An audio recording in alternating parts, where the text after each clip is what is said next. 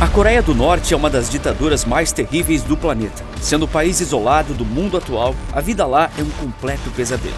E nesse vídeo você vai entender por que é impossível fugir da Coreia do Norte.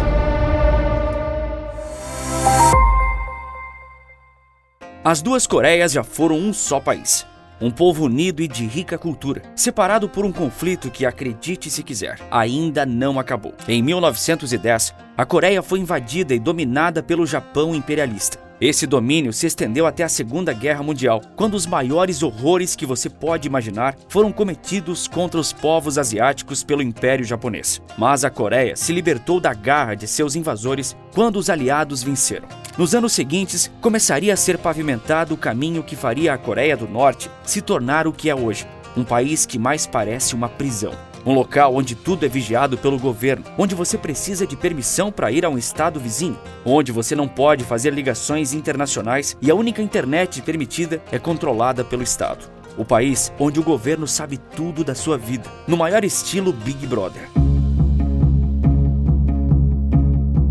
Assim como aconteceu com outros países no pós-guerra, a Coreia foi ocupada por duas nações, a União Soviética e os Estados Unidos. Os soviéticos então passaram a controlar a parte norte do país e os americanos ficaram com o sul. Existia o plano de um dia reunificar a península, porém os esforços para isso fracassaram. Quando os soviéticos e os americanos saíram da península coreana, já havia sido estabelecido um governo comunista no norte e um capitalista no sul. Porém, o norte tinha a ambição de controlar toda a península e a Coreia voltar a ser um só país. Então, eles invadiram o sul e assim começou a Guerra das Coreias. Os comunistas nortenhos foram apoiados pelos soviéticos e chineses no conflito, enquanto o sul foi apoiado pelos Estados Unidos e pelas Nações Unidas. 3 anos após a invasão comunista ao sul, o impasse surgiu, pois nenhum dos lados conquistaria a península por inteiro. Então, em 1953, foi firmada uma trégua que estabeleceu a zona desmilitarizada da Coreia, que persiste até hoje como a fronteira de facto entre o norte e o sul. Mas você deve ter notado bem que eu falei trégua. Isso porque não houve um acordo de paz final e definitivo para a Guerra das Coreias. Em tese, Coreia do Sul e Coreia do Norte ainda estão em guerra. Um lado prosperou muito mais do que o outro de lá para cá. Assim, fugir para a Coreia do Sul é o sonho de muitos norte-coreanos. Contudo, esse é um sonho praticamente impossível. Oficialmente, a Coreia do Norte se chama República Popular Democrática da Coreia, mas já no nome a gente é capaz de identificar mentiras. Quer ver só? O país tem república no nome, mas age mais como uma monarquia absolutista do que a França do século XVIII. É uma dinastia comunista de fato. Outras ditaduras socialistas aconteceram nos últimos 100 anos, mas nenhuma delas teve uma única família no poder por tantas décadas. Hoje, Kim Jong-un é o líder supremo da Coreia do Norte, mas se quiséssemos chamá-lo de rei ou imperador, como Napoleão um dia foi, poderíamos fazê-lo sem problema algum. Desde que ascendeu ao poder, Kim Jong-un tornou ainda mais difícil escapar do país que se assemelha à prisão. Ele manda na Coreia do Norte e sua palavra é a lei. Ele é o Estado, assim como seu pai foi, assim como seu avô foi. O fundador da Coreia do Norte, como conhecemos hoje, e que decidiu invadir a Coreia do Sul, Kim Il-sung, é tido hoje no país como uma figura quase divina, sendo considerado o presidente eterno do país. Os dias de seu nascimento e morte são feriados. E além de não ser república, como o nome diz, o lado norte da península também não é democrático e muito menos popular. Formalmente, o país alega realizar eleições a cada 5 anos, mas todos os partidos locais, que são apenas 3, precisam estar na mesma coligação, a Frente Democrática da Reunificação da Pátria. Apesar de manipulada, as eleições são muito importantes na ditadura mais repressiva do mundo atual, por um motivo simples, para oprimir mais. Isso porque o pleito é uma ferramenta de controle social e ideológico que possibilita às autoridades verificar a lealdade de cada norte-coreano, uma vez que eles só podem votar a favor ou contra o único candidato definido pelo governo. Então podemos ver que de democrático só tem o nome, e de popular, bem, eu acho que nem preciso explicar. Afinal de contas, como um país que oprime seu próprio povo, comete crimes contra a humanidade, extinguiu a liberdade individual e condenou milhões à pobreza extrema, pode ser popular? Na década de 50 a 80, a Coreia do Norte até experimentou um crescimento econômico relevante e estava distante do estado de pobreza absoluta da atualidade.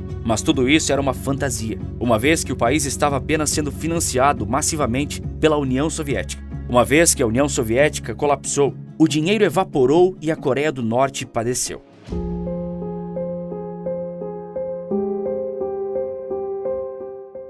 No fim do século passado, aconteceu a Grande Fome da Coreia do Norte, um período em que as pessoas enfrentaram um estado grave de falta de alimento e inanição, onde centenas de milhares de pessoas simplesmente morreram de fome. Chamada pelo governo como Marcha Árdua, o período de fome extrema no país ocorreu de 1994 a 1998. As estimativas mais conservadoras apontam 240 mil pessoas mortas, enquanto as mais ousadas afirmam que 3 milhões e 500 mil norte-coreanos padeceram, o que representaria 10% da população local na época. Imagine ver 10% de um país morrer porque seu governo ditatorial controla a economia em todos os detalhes, sufocando a prosperidade. Além do impacto da dissolução da União Soviética, a fome foi causada por uma combinação de outros fatores, tais como o mau clima, a má gestão agrícola e o colapso do sistema de distribuição de alimentos nacional. O governo havia implementado uma série de políticas agrícolas que tiveram um efeito oposto do desejado, como um incentivo aos agricultores a cultivar alimentos para o mercado, em vez de para a subsistência. Isso levou a uma queda na produção de alimentos básicos, como arroz e trigo. O sistema de distribuição comunista era tão pífio e deficitário que muitas pessoas chegaram a morrer de fome, não só porque não tinha comida, mas também porque os alimentos produzidos não chegavam às prateleiras dos mercados por incompetência estatal. A Grande Fome da Coreia foi um grande choque humanitário, pois havia evidenciado a completa inaptidão do governo local em reconhecer os próprios erros, se abrir para o mundo externo e assim alavancar sua economia. Hoje, a economia do país continua em frangalhos. As pessoas continuam pobres e muitas delas com fome. Apesar dos esforços de industrialização típicos do regime socialista, a agricultura continua sendo a principal fonte de emprego para a população. Mas a produção agrícola é pequena e não atende às necessidades do país. Segundo o Global Hunger Index, 44% dos norte-coreanos eram subnutridos em 2018. Isso encontra eco em notícias recentes que indicaram que o país está passando por uma crise alimentar crítica. A situação é tão grave que em fevereiro as próprias autoridades norte-coreanas se reuniram para discutir uma mudança fundamental na política agrícola do país. Imagens de satélite das autoridades sul-coreanas mostram que o norte produziu 180 mil toneladas a menos de alimentos em 2022 do que em 2021. Uma reportagem da BBC, publicada recentemente, mostra isso bem. Após um grande esforço, o jornal britânico conseguiu entrar em contato com 3 norte-coreanos que revelaram um estado de extrema miséria que assola suas vidas. Eles vivem com medo de morrerem de fome. Essa é a síntese. Num bom dia, ganham $4. Num dia ruim, bem, você já sabe. Um dos entrevistados pela BBC relatou que viu em seu vilarejo uma mãe e seus 2 filhos passarem uma semana implorando por comida e, por fim, faleceram porque seus vizinhos não conseguiam ajudá-los, pois mal tinham para eles. Outra entrevistada, que pouco antes havia passado 2 dias sem comer, disse o seguinte: "Achei que ia morrer dormindo e não acordar de manhã."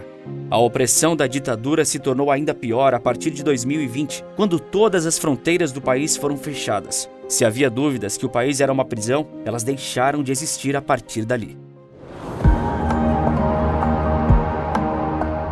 A Coreia do Norte tem 2 grandes aliados históricos, China e Rússia. Os 2, curiosamente, são os únicos a fazer fronteira, além da Coreia do Sul, com a nação comandada por Kim Jong-un. Mas hoje, esses países nem de perto ajudam os norte-coreanos como a União Soviética fazia no século passado.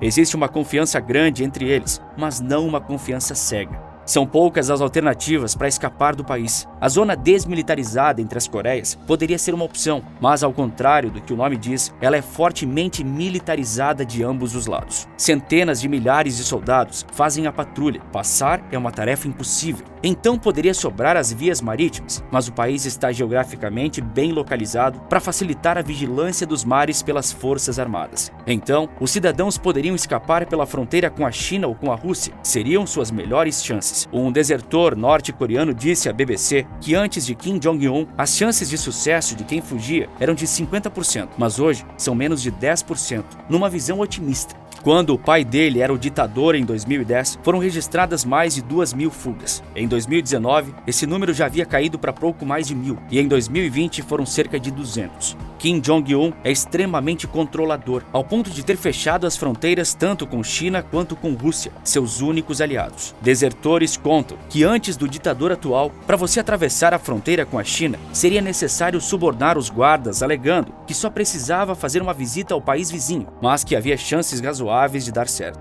Hoje não. Agora, os guardas têm muito mais poder. Eles podem simplesmente abrir fogo sem pudor. As fronteiras estão mais fortificadas do que nunca, com cercas elétricas e até minas terrestres. Então, existe a opção de atravessar o rio fronteiriço, onde seria necessário contar com amigos oficiais de fronteira. Uma péssima opção também, haja vista que a melhor hora para atravessar é à noite, quando mais está frio e você ainda tem que contar com a sorte de não ser visto pelas torres de vigilância nas montanhas. É um paradoxo. Ao mesmo tempo em que todas as opções de se escapar da Coreia do Norte são ruins, pois levam até uma morte iminente, elas também são boas, já que são as únicas soluções de você deixar a prisão mais vigiada do planeta, em busca de melhores condições de vida.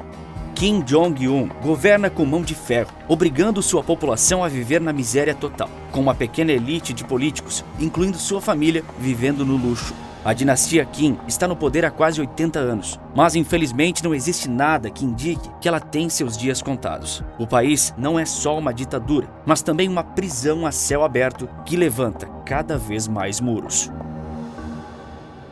Como El Salvador se tornou o país mais seguro do mundo? É o que eu te conto no vídeo que aparece agora na sua tela.